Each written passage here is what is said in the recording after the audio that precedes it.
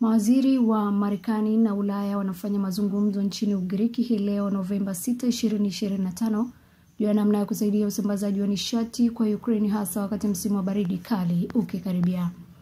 Juhudi hizo zinafanyika wakati ambapo Rais wa Marekani Donald Trump anajaribu kushinikiza Umoja wa Ulaya ununue gesi kutoka Marekani. Mkutano huu unafanyika wakati Urusi na Ukraine zikiendelea kupambana.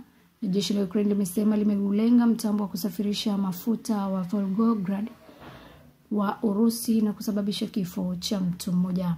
Gavana Andrei Bojarov amesema mtu huyo ameuawa kwa kuangukiwa na mabaki ya droni yaliyosababisha moto mkubwa katika eneo la viwanda, wakati wa vikosi vya Urusi vinaendelea kusonga mbele kaskazini mwa Pokrovsk nchini Ukraine kwa lengo la kudhibiti kikamilifu mji huo.